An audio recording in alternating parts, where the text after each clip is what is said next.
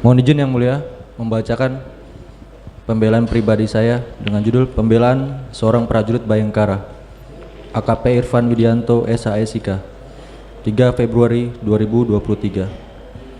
Satya Haprabu, doa, harapan, dan pengabdian.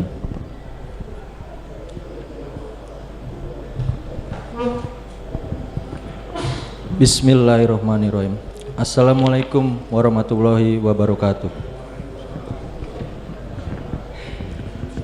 Majelis Hakim yang saya muliakan, saudara penuntut umum, tim penasihat hukum, para pengunjung sidang yang saya hormati.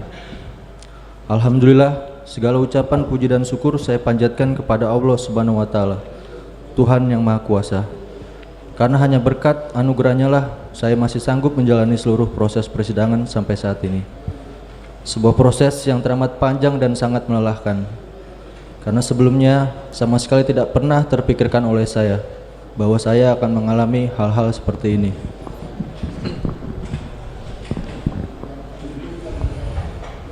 Meskipun demikian, saya tetap senantiasa bersyukur, sembari terus beristighfar dan menganggap bahwa semua proses yang harus saya lewati saat ini merupakan kehendak Sang Holik, Allah Subhanahu wa Ta'ala. Karena saya yakin bahwa Allah Subhanahu wa Ta'ala tidak akan menguji seseorang di luar kemampuannya. Saya menganggap ini adalah bagian dari perjalanan hidup saya yang telah direncanakan oleh Allah Subhanahu wa Ta'ala untuk kebaikan hidup saya. Amin ya Rabbal Alamin. Majelis Hakim yang saya muliakan, sebagai pembuka dari pembelaan saya ini, saya ingin menyampaikan terima kasih saya yang sebesar-besarnya kepada Yang Mulia Majelis Hakim, karena sepanjang pemeriksaan ini telah menjunjung tinggi prinsip persidangan yang adil, sehingga semua pihak yang terlibat dalam persidangan ini benar-benar mendapat ruang dan kesempatan yang cukup untuk menggali fakta-fakta demi ditemukannya kebenaran. Kebijaksanaan Yang Mulia Majelis Hakim adalah hal terakhir yang kami harapkan demi tegaknya kebenaran dan keadilan dalam perkara ini. Semoga Allah Subhanahu wa Ta'ala menjauhkan kita semua dari kesalahan dan kekeliruan. Bagi tim penasihat hukum saya sampaikan rasa terima kasih dan rasa hormat yang besar. Sebagai pembela, kalian telah menguatkan saya dan menambah semangat saya dan keyakinan saya bahwa keadilan dan kebenaran pasti akan ditegakkan dalam perkara ini. Semoga Allah Subhanahu wa Ta'ala membalas semua kebaikan kalian. Untuk para jaksa penuntut umum, saya sampaikan rasa hormat saya atas profesionalismenya. Walaupun apa yang dituntutkan kepada saya tidak mencerminkan keadilan itu tertegakkan. Akan tetapi, saya sangat memahami hal tersebut sebagai bentuk profesionalisme jaksa penuntut umum dalam persidangan ini. Selebihnya, saya berharap atas kebijaksanaan Yang Mulia Majelis Hakim, semoga Allah Subhanahu wa Ta'ala selalu melimpahkan rahmat dan kasih sayangnya kepada kita semua. Majelis Hakim yang saya muliakan, Satya Haprabu, kalimat yang sering kami ucapkan selaku anggota Polri, kalimat yang memiliki makna setia kepada negara dan pimpinannya, berasal dari doktrin yang diberikan kepada pasukan Mahapati Gajah Mada pada zaman Kerajaan Majapahit. Satya Haprabu selalu disampaikan Pati Gajah Mada kepada pasukan yang diberi nama Bayangkara, bertugas dalam menjaga keamanan raja dan kerajaan serta masyarakat Majapahit. Tujuannya agar mereka tidak berbuat sesuatu yang mengancam kejayaan pemerintahan Kerajaan Majapahit. Nama Bayangkara lah yang saat ini melekat kepada kami selaku anggota Polri. Selain itu, salah satu yang masih mengakar kuat dalam pribadi setiap anggota Polri sampai saat ini adalah doktrin Satya Haprabu. Sempat menjadi pedoman karya atau pedoman kerja anggota Polri yang tercantum dalam catur prasetya. Sebagai seorang prajurit Bayangkara, Satya Haprabu adalah pedoman hidup yang telah diajarkan kepada saya, baik secara langsung maupun tidak langsung, sejak pendidikan hingga saat ini. Yang saya ketahui tujuannya hanya satu, yakni agar anggota Polri dalam bertugas selalu taat dan patuh kepada pimpinannya dalam menjaga keamanan dan ketertiban negara kesatuan Republik Indonesia yang kita cintai ini.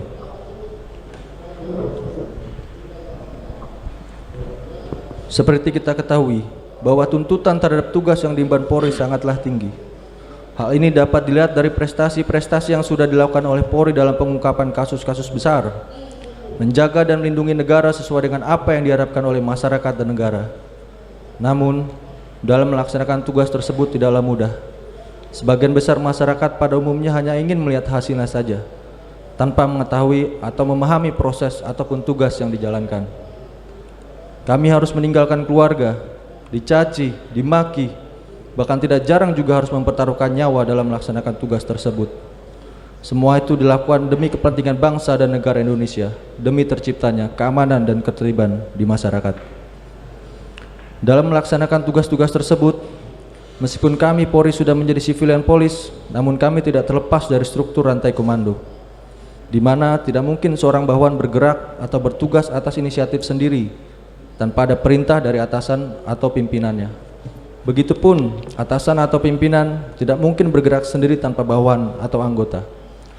Karena institusi Polri ini begitu besar dan tersebar di seluruh Indonesia serta memiliki kewenangan yang cukup besar, maka doktrin Satya Prabu selalu ditanamkan kepada kami untuk membuat keteraturan dan keberhasilan dalam pelaksanaan tugas menjaga keamanan dan ketertiban negara Republik Indonesia. Bahkan kami memiliki prinsip berhasil tidak dipuji, gagal dicaci maki. Majelis Hakim yang saya muliakan, sejak awal berjalannya kasus ini, saya sangat terpukul, terzolimi, dan merasa bahwa apa yang terjadi ini tidaklah adil untuk saya dan keluarga saya.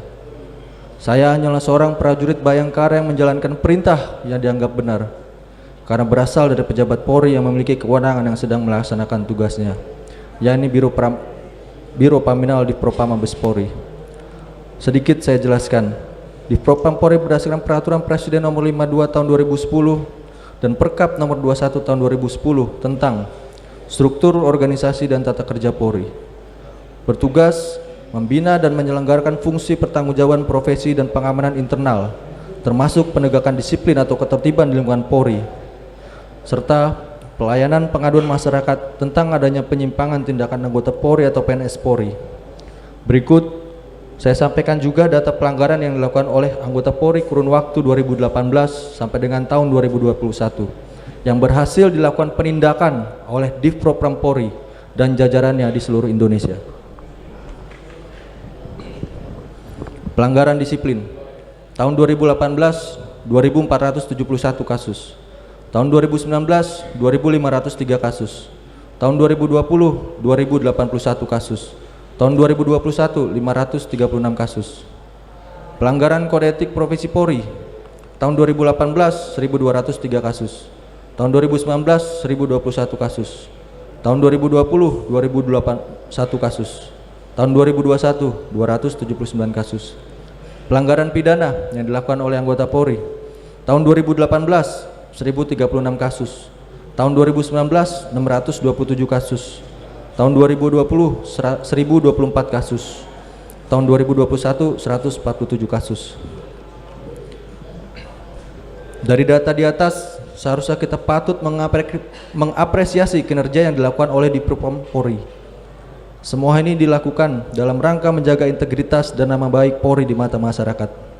Hal tersebut tercermin pada data dua lembaga survei nasional, yaitu Carta Politika Indonesia dan Populi Center, yang merilis hasil survei kinerja lembaga hukum paling baik menurut masyarakat di akhir tahun 2021. Keduanya menempatkan Polri pada posisi teratas di antara lembaga hukum lainnya. Hal tersebut tidak terlepas dari kinerja yang dilakukan oleh Divpropam Polri dalam melakukan penertiban kepada anggota Polri di Indonesia. Oleh sebab itu, Divpropam adalah divisi yang sangat keras dan tegas dalam mengawasi dan menindak kami.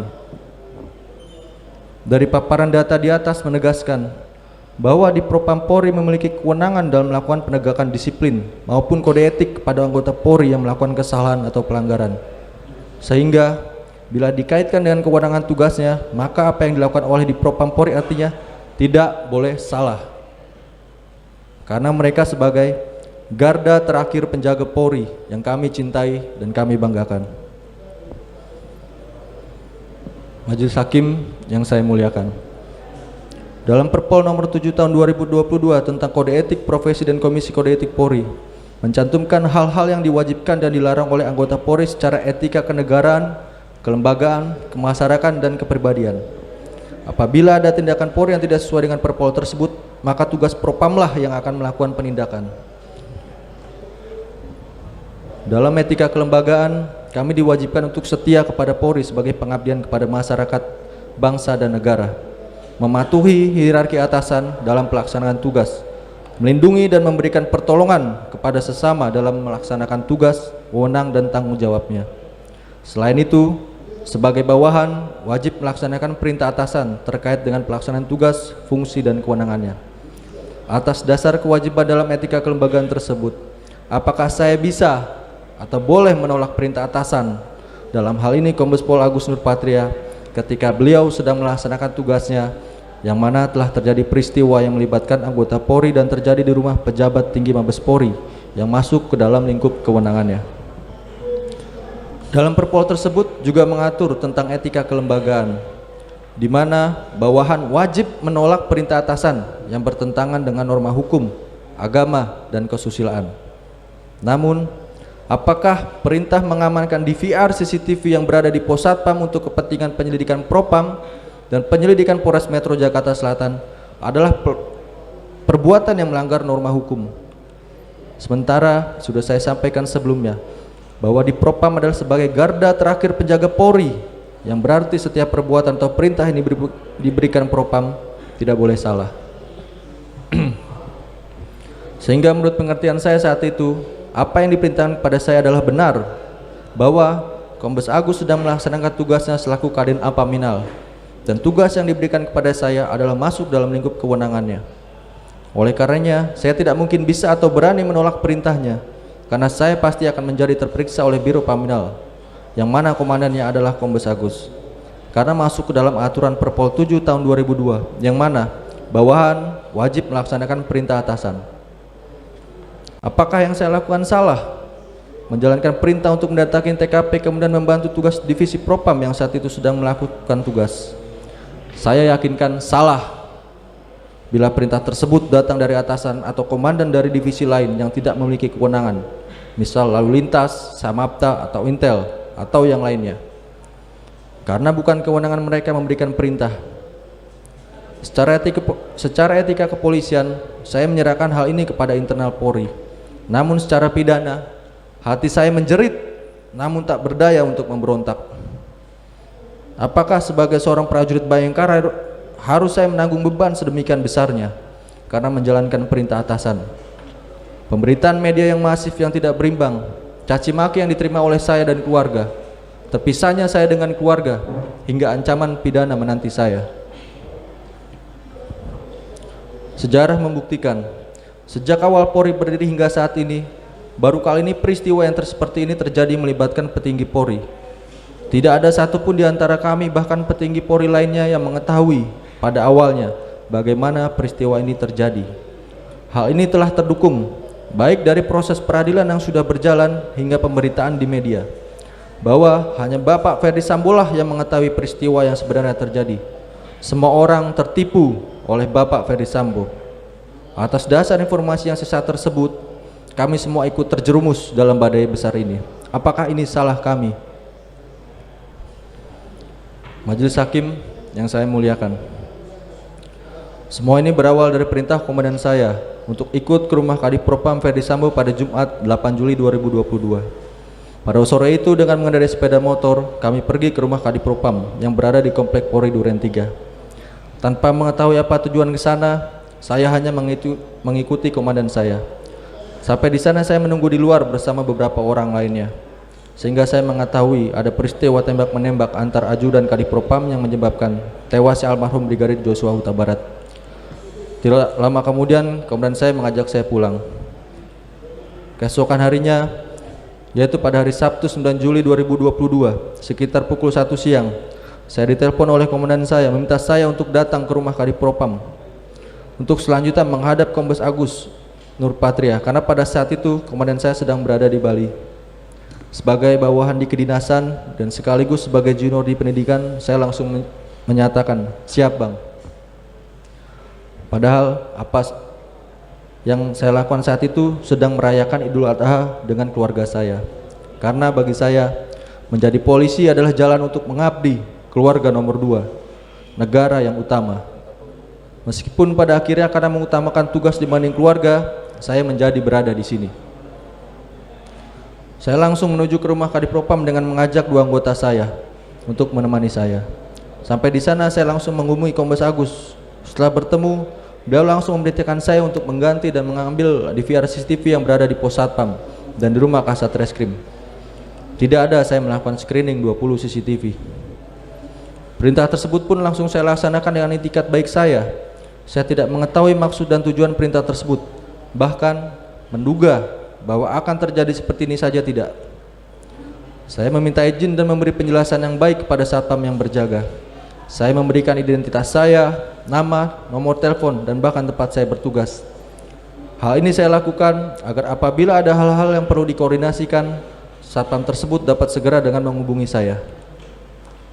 Selanjutnya, saya langsung diperbolehkan untuk mengganti DVR. Apabila dianggap bahwa saya melarang satpam untuk meminta izin, saya tegaskan bahwa saya sejak awal sudah langsung diizinkan, dan pada fakta persidangan telah terungkap bahwa ternyata satpam pun tidak melaporkan kepada ketua RT sampai pada hari Senin ketika ketua RT menanyakan kepada para satpam. Pada BAP ketua RT yang dibacakan oleh penuntut umum juga menyampaikan bahwa yang bertanggung jawab terkait DVR adalah satpam. Terhadap hal tersebut dapat dinilai bahwa satpam tidak melaporkan karena satpam memiliki kewenangan untuk memberikan izin. Selanjutnya saya menelpon Afung, teknisi CCTV yang memiliki keahlian di bidangnya, untuk mengganti DVR agar tidak ada yang rusak. Sedangkan untuk DVR yang berada di rumah Kasat Reskrim, saya sampaikan dengan baik dan sopan perihal perintah dari Kombes Agus Nurpatria. Sebagai penyidik yang berwenang, Kasat Reskrim menyerahkan sendiri DVR tersebut kepada saya. Sempat disampaikan kepada saya bahwa DVR miliknya tidak memiliki hard disk, yang artinya tidak memiliki rekaman apapun di dalamnya. Namun saya tetap menerima karena saya hanya menjalankan perintah dan perintahnya demikian. Setelah 3 buah DVR tersebut saya terima, selanjutnya saya serahkan kepada saudara Ari atas perintah dari Kompol Cup selaku Korspri Kadipropam, karena yang bersangkutan menyatakan kepada saya akan diserahkan kepada penyidik. Oleh karenanya langsung saya serahkan DVR tersebut. Setelah itu saya kembali pulang dan tidak mengetahui lagi peristiwa yang terjadi setelahnya. Sampai di sini tergambar jelas ketidaktahuan saya, yang awalnya saya mengira ini untuk kepentingan penyelidikan Paminal karena perintah awal datang dari Kombes Agus. Namun setelah mendapat perintah dari Kompol Cup, saya baru mengetahui bahwa ini untuk kepentingan penyidik Polres Jaksel. Bahkan fakta yang tidak terbantahkan bahwa keesokan harinya, Minggu 10 Juli 2022, DVR CCTV tersebut benar sudah diserahkan oleh Kompol Cup dan diterima dengan baik oleh penyidik Polres Metro Jakarta Selatan. Peristiwa ini menjelaskan bahwa benar pengamanan DVR tersebut adalah untuk kepentingan hukum. Bahkan keterangan dari penyidik Polres Jakarta Selatan yang menjadi saksi di persidangan mengatakan bahwa mereka merasa terbantu oleh perbuatan saya. Majelis Hakim yang saya muliakan, dalam perkara ini saya dituntut karena dianggap telah melakukan perbuatan yang tidak pernah saya lakukan. Saya dituntut karena telah dianggap melakukan tindakan yang menyebabkan sistem elektronik menjadi terganggu atau tidak dapat berfungsi sebagaimana fungsinya. Pada tuntutannya jelas bahwa penuntut umum pun sepakat bahwa sistem elektronik adalah serangkaian perangkat elektronik yang terhubung sehingga menjadi satu kesatuan. Penuntut umum beranggapan bahwa karena DVR CCTV yang telah saya ganti, maka sistemnya menjadi terganggu. Namun, penuntut umum tidak menghadirkan bukti perangkat lain seperti monitor, kamera CCTV, kabel-kabel, dan lainnya yang apabila terhubung dianggap sebagai satu sistem elektronik. Lalu, sistem elektronik mana yang terganggu sebagaimana disebutkan oleh penuntut umum? Sementara untuk menghindari terganggunya sistem elektronik CCTV di pos Satpam, DVR tersebut diganti dengan yang baru, dan untuk menghindari kerusakan pada DVR sehingga harus dilakukan oleh ahlinya, yakni teknisi CCTV, agar tidak terganggu dan DVR tidak rusak. DVR-nya dapat tetap diperiksa untuk dijadikan barang bukti. Fungsi CCTV-nya tetap berjalan sebagaimana mestinya, tetap merekam dan menyimpan data sebagaimana sebelum diganti. Pada persidangan penuntut umum juga tidak menghadirkan saksi manapun yang dapat menyatakan bahwa DVR CCTV yang telah diganti sistemnya telah terganggu atau rusak. Bahkan kedua ahli digital forensik yang dihadirkan penuntut umum hanya memeriksa DVR saja dan tidak melakukan pemeriksaan kepada sistem elektronik CCTV di pos Satpam. Penuntut umum juga tidak menghadirkan saksi ahli pidana dan ahli IT dalam persidangan saya, yaitu Profesor Dr. Mompang Panggabean dan Dr. Dwi Seno Wijanarko yang ada dalam berkas perkara saya. Keterangan saksi ahli tersebut yang pada intinya menyatakan bahwa terhadap perbuatan saya tidak dapat dimintakan pertanggungjawaban pidana. Kemudian ditegaskan lagi oleh ahli ITE yang saya hadirkan, Profesor Dr. Henry Subiakto, yang juga ikut merancang undang-undang ITE, bahwa apa yang saya lakukan bukanlah masuk ke dalam delik yang diatur dilarang dalam undang-undang ITE. Sebagaimana kita ketahui bersama bahwa dalam pembuktian perkara delik khusus dalam hal ini terkait dengan ITE, maka diperlukan saksi ahli yang bisa menjelaskan dengan terang benderang bagaimana penerapan undang-undang ITE itu tersebut. Selanjutnya, saya dianggap melakukan pergantian DVR CCTV dengan mengesampingkan SOP dengan tidak melakukan penyitaan, padahal penyitaan itu adalah kewenangan penyidik. Sedangkan perintah yang saya laksanakan dalam rangka membantu tugas Biro Paminal di Propam Polri yang sedang melaksanakan tugasnya.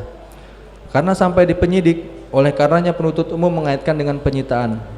Namun, apabila saya dianggap demikian, pada fakta persidangan saya melihat bahwa penyidik yang memeriksa saya dan jaksa penuntut umum pun saya anggap melakukan hal yang sama, yaitu mengesampingkan SOP dalam hal penyitaan.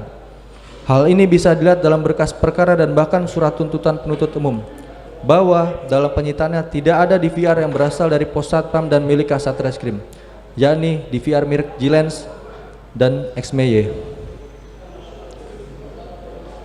Penuntut umum selalu menghindar saat ditanya terkait surat penyitaan di dalam persidangan dengan alasan ada dalam berkas perkara yang lain pada terdakwa Bapak Ferdi Sambo.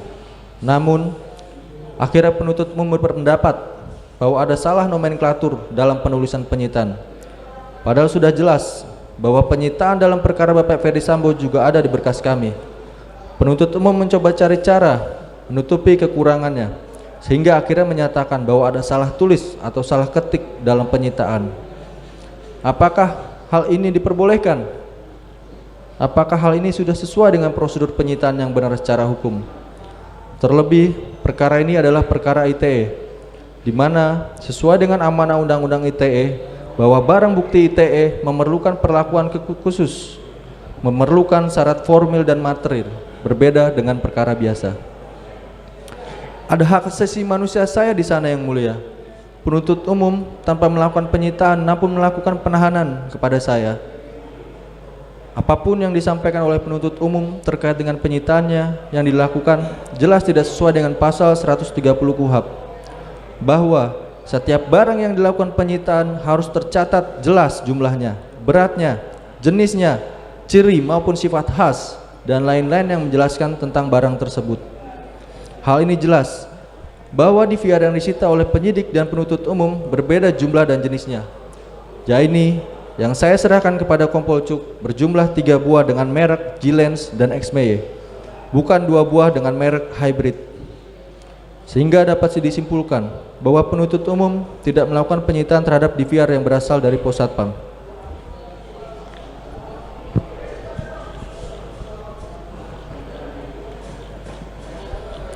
Saya paham dan mengerti yang mulia bahwa perkara ini menarik perhatian masyarakat, sehingga apa yang dilakukan oleh penuntut umum harus menutupi kekurangannya. Saya berharap yang mulia juga dapat bijak menyikapi apa yang saya perbuat pada saat itu, bahwa apa yang saya lakukan baru hari pertama setelah kejadian. Semua melaksanakan fungsi dan tugasnya sesuai SOP masing-masing. Secara psikologis dan situasi di mana peristiwa terjadi di rumah pejabat utama Mabes Polri dan perintah yang saya dapat berasal dari divisi pengawas kami. Oleh karenanya, saya benar-benar tidak dapat menolak perintah tersebut. Hal ini pun saya yakin dan pasti disadari oleh kita bersama. Siapapun bila mengetahui ada kejadian di rumah pejabat tingginya masing-masing, bila mendapat perintah tidak mungkin akan bisa menolak. Selain daripada itu, sebelum laporan polisi terkait perkara ini terbit, saya sudah menyampaikan dan menjelaskan yang sebenarnya kepada pimpinan Polri. Saya adalah orang pertama yang melaporkan kepada pimpinan Polri. Saya sampaikan yang sejujur-jujurnya yang saya ketahui. Majelis hakim yang saya muliakan, saya jelaskan bahwa pada saat itu, pada saat saya melaporkan kepada pimpinan Polri, saya hanyalah seorang berpangkat rendah. Butuh keberanian yang sangat tinggi bagi saya untuk menunjuk seorang atasan berpangkat komisaris besar polisi yang menjabat sebagai kepala detasemen Apaminal yang memerintahkan saya. Dalam hati saya berpikir, apa yang akan terjadi kepada saya nantinya karena menuju kombes di depan pimpinan Polri. Namun saya sudah bertekad saat itu bahwa saya harus jujur. Saya sudah siap akan konsekuensi yang saya hadapi ketika berhadapan dengan Kombes Agus dan Divpropam. Namun bukan ini konsekuensi yang saya pikirkan saat itu. Apakah ini harga sebuah kejujuran yang harus saya bayar? Namun seberat apapun beban dan perasaan saya maupun keluarga saya saat ini, saya tetap berkeyakinan bahwa keadilan pasti akan saya terima di dalam persidangan ini melalui majelis hakim yang saya muliakan. Oleh sebab itu, saya selalu berusaha tabah dan ikhlas serta memaafkan pihak manapun yang telah menuduh saya, yang telah menjolimi saya, dan telah menjadikan saya sekarang duduk sebagai terdakwa di dalam persidangan ini. Majelis hakim yang saya muliakan, saudara penuntut umum yang saya hormati, dalam pembelaan ini saya tidak mengurai setiap unsur pasal yang didakwakan kepada saya, karena itu keahlian dari tim penasihat hukum saya. Dalam pembelaan ini saya ingin menyampaikan dengan tegas bahwa saya tidak memiliki niat, kemauan, atau pengetahuan untuk melakukan semua perbuatan yang didakwakan kepada saya. Apa yang saya lakukan semata-mata melaksanakan apa yang diperintahkan oleh atasan saya, baik langsung maupun tidak langsung, yang merupakan perintah yang benar untuk dilaksanakan dengan tujuan untuk membantu penyidik Polres Metro Jakarta Selatan dalam menangani perkara tembak-menembak antara Aju dan Kadifpropam yang menyebabkan tewasnya almarhum Brigadir Joshua Huta Barat. Menjadi pertanyaan besar untuk saya bahwa DVR sudah berada di tangan penyidik, kemudian diambil kembali atas perintah Bapak Ferdi Sambo, yang kemudian diserahkan oleh penyidik. Siapakah yang salah di sini? Apakah tidak cukup dengan fakta yang seperti itu saya harus menerima ancaman hukuman PTDH atau pemecatan dari Polri, sehingga harus ditambah lagi dengan ancaman hukuman pidana? Apakah ini adil untuk saya? Apakah ini seimbang dengan perbuatan saya? Saya hanya prajurit Bayangkara yang mulia, yang hanya menjalankan perintah atasan sebagaimana doktrin Satya H. Prabu, senioritas dan kewenangan Propam yang mengikat. Sebagai majelis hakim yang saya muliakan, sebagai bagian akhir pembelaan saya ini, saya ingin menyampaikan beberapa catatan yang saya dapatkan dalam persidangan perkara ini, yaitu sebagai berikut. Yang pertama, saya melaksanakan perintah dari pejabat yang berwenang saat itu dengan itikat baik, yakni dengan mengganti DVR dengan yang baru, izin kepada security yang bertugas, meninggalkan nama, nomor telepon, dan identitas saya agar memudahkan dalam koordinasi dan komunikasi dalam pengungkapan kasus. Bahkan saya sudah melaporkan secara langsung kepada atasan dan pimpinan Polri. Kedua, saya tidak merusak atau menyebabkan CCTV atau DVR CCTV yang berada di pos satpam terganggu atau tidak berfungsi sebagaimana mestinya, karena saya tidak ada melakukan interaksi elektronik, karena saya meminta bantuan teknisi agar DVR tersebut dapat tetap dalam keadaan baik dan bisa digunakan, sehingga tidak ada informasi atau dokumen elektronik yang rusak, hilang, atau berpindah. Dengan yang baru oleh teknisi, CCTV yang berada di pos satpam Komplek Polri Duren 3 tetap berfungsi dengan baik.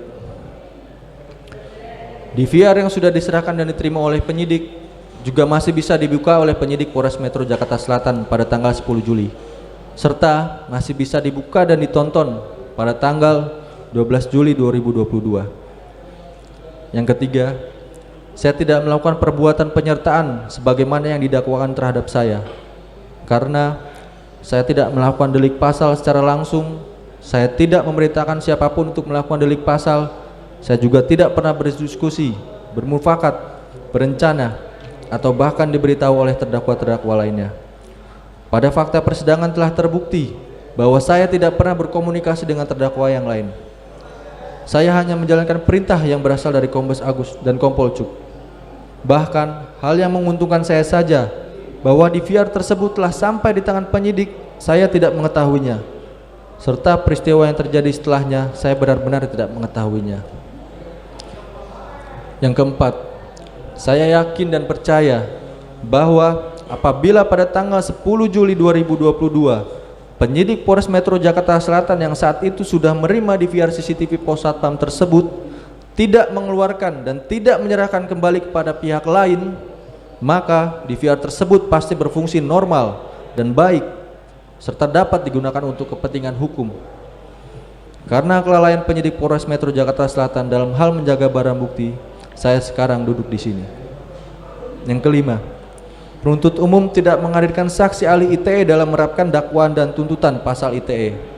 Penuntut umum juga tidak melakukan penyitaan terhadap DVR merek Gilles dan XME yang berasal dari Pos Satpam dan rumah Kasat Reskrim. Sementara perkara ini adalah perkara dengan delik khusus ITE. Majelis Hakim yang saya muliakan, saudara penuntut umum yang saya hormati, pidana penjara selama 1 tahun dan denda 10 juta subsidiar 3 bulan penjara. Itulah tuntutan penuntut umum terhadap saya. Dalam surat tuntutannya, penuntut umum mengatakan bahwa tuntutannya tersebut adalah untuk keadilan. Hati saya sebagai seorang terdakwa pun bertanya, inikah keadilan yang diyakini oleh penuntut umum? Sudah sesuaikah tuntutan tersebut dengan pembuktian, fakta persidangan, hati nurani, keyakinan, dan rasa keadilan penuntut umum? Bila mengingat seluruh fakta yang ada dalam persidangan, baik perbuatan saya, alasan yang mendasari, disesuaikan dengan situasi dan kondisi saat ini, apakah saya layak dimintai pertanggungjawaban pidana dalam perkara ini? Sementara pertanggungjawaban etik sudah menunggu saya dengan ancaman pemecatan PTDH bila saya dinyatakan bersalah secara pidana dalam putusan pengadilan. Hanya doa, harapan, dan pengabdian yang bisa saya lakukan saat ini, karena saya sesungguhnya hanyalah seorang prajurit yang Satya Prabu. Majelis Hakim yang saya muliakan, sampai saat saya membacakan pembelaan ini sudah menjadi hukuman yang sangat berat bagi saya dan keluarga saya. Sungguh tidak setimpal selaku prajurit Bayangkara yang tunduk dan taat kepada pimpinan. Dari mulai saya terpaksa meninggalkan keluarga, nama baik yang telah saya bangun bertahun-tahun telah hancur. Pemberitaan di media, karir yang terancam selesai, dan bahkan yang paling utama bagi saya adalah harapan dan cita-cita orang tua saya saat dulu mendaftarkan saya menjadi polisi. Karena hanya saya satu-satunya di keluarga besar saya yang menjadi polisi. Layakkah saya menanggung semua akibat dari perbuatan yang sama sekali tidak saya ketahui? Tepatkah saya dihukum atas perbuatan yang sama sekali tidak saya lakukan? Sudah ditegakkah hukum dengan menghukum saya? Atau hanya mencederai rasa keadilan bagi saya atau bagi semua pihak yang melihat ini semua? Hanya kepada Allah Subhanahu wa Ta'ala melalui majelis hakimlah saya pasrahkan semua ini, karena saya masih percaya dan berharap atas objektivitas dan kebijaksanaan majelis hakim yang mulia. Majelis hakim yang saya muliakan, saya hanyalah anak seorang buruh pabrik yang bermimpi pun tidak berani untuk menjadi polisi. Karir saya dimulai dari bawah, dari seorang bintara tahun 2004. Saya pernah mendapat prestasi KPLB, kenaikan pangkat luar biasa atas kinerja saya, atas usaha saya yang terus menerus untuk bekerja dengan baik, serta doa dan harapan kedua orang tua saya yang tulus dan tanpa henti, telah membawa saya sampai menjadi seorang perwira polisi, seorang alumni Akademi Kepolisian yang lulus dengan predikat lulusan terbaik. Saya selalu menjunjung tinggi ajaran orang tua saya bahwa kejujuran adalah yang utama, karena kalau hanya kebodohan pasti bisa diperbaiki. Kesuksesan bisa digapai dengan usaha keras, namun kebohongan adalah sumber petaka. Tidak ada artinya manusia dengan harta kekayaan, dengan pangkat dan jabatan yang tinggi namun tidak jujur. Dengan demikian, saya selalu menjalankan tugas dengan sangat hati-hati demi menjaga nama baik institusi tempat saya mengabdi. Tidak ada salahnya di dalam nota pembelaan pribadi ini saya kutip beberapa ayat suci Al-Quran yang merupakan doa dan harapan saya dalam menjalani semua ini. Surat Al-Baqarah ayat 286 yang artinya Allah tidak membebani seseorang melainkan sesuai dengan kesanggupannya. Dia mendapat pahala dari kebajikan yang dikerjakannya. Dia mendapat siksa dari kejahatan yang diperbuatnya. Mereka berdoa, "Ya Tuhan kami, janganlah Engkau hukum kami jika kami lupa atau kami melakukan kesalahan. Ya Tuhan kami, janganlah Engkau bebani kami dengan beban yang berat sebagaimana Engkau bebankan kepada orang-orang sebelum kami. Ya Tuhan kami, janganlah Engkau pikulkan kepada kami apa yang tidak sanggup kami memikulnya. Maafkanlah kami, ampunilah kami, dan rahmatilah kami. Engkaulah pelindung kami, maka tolonglah kami menghadapi orang-orang kafir." Dan surat Asy-Syarah ayat 56 yang berbunyi, "Karena sesungguhnya sesudah kesulitan itu ada kemudahan. Sesungguhnya sesudah kesulitan itu ada kemudahan." Doa ini yang menjadi harapan saya ke depan. Sebelum menutup pembelaan ini, saya ingin menyampaikan rasa terima kasih untuk kedua orang tua saya. Maafkan Irfan telah membuat hati ayah dan ibu terluka karena melihat kondisi saat ini. Irfan memohon maaf apabila karena peristiwa ini apa yang ayah dan ibu mimpikan dan harapkan telah hancur begitu saja. Semua ini karena dipaksakan. Namun demikian, Irfan mohon agar ayah dan ibu terus mendoakan Irfan. Karena hanya dengan doa ayah dan ibulah bantuan Allah Subhanahu wa taala akan datang dan kita semua bisa melewati kesulitan ini. Kepada istri dan anak-anakku, kalian harus tetap tabah dan kuat menghadapi semua ini. Seperti yang Papa selalu bilang kepada kalian, bahwa setiap tugas mempunyai resiko dan inilah tugas yang harus Papa hadapi. Terima kasih untuk keluargaku tercinta. Kalian hebat.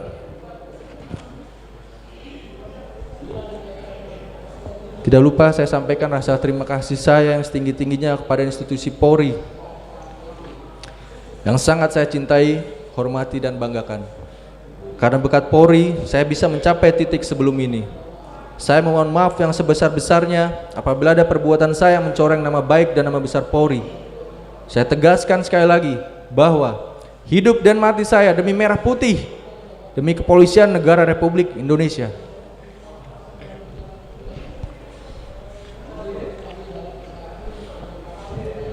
Majelis Hakim yang saya muliakan, tak ada yang sanggup menebak rencana Allah Subhanahu wa taala. Satu hal yang saya percaya, Allah Subhanahu wa taala pasti memberikan yang terbaik dalam hidup saya. Hanya kepada Allah Subhanahu wa taala saya berserah dan memohon keadilan. Saya mohon dari lubuk hati yang paling dalam atas kebijaksanaan dan kearifan Majelis Hakim yang saya muliakan, bahwa keputusan Majelis Hakim yang terhormat akan menjadi tolak ukur bagi Komisi Kode Etik Profesi Polri terkait apakah saya masih pantas mengabdi untuk negara dengan tetap menjadi seorang prajurit Bayangkara. Dengan mendasari kepada perbuatan saya, alasan, situasi, dan kondisi serta sidang kode etik profesi yang akan saya hadapi setelah mendapatkan putusan dari Majelis Hakim yang terhormat, mohon agar Majelis Hakim yang saya muliakan dapat menyatakan saya tidak bersalah dan dapat membebaskan saya dari semua dakwaan yang didakwakan kepada saya, agar saya dapat dengan segera kembali bertugas untuk mengabdi kepada Ibu Pertiwi, kepada bangsa dan negara sebagaimana yang sudah saya jalani sejak 18 tahun yang lalu. Satya Ha Prabu. Sampai mati saya akan tetap setia kepada negara dan pimpinan. Demikian pembelaan ini saya sampaikan. Atas kebijaksanaan dan kearifan majelis hakim yang mulia, saya ucapkan terima kasih yang sebesar-besarnya.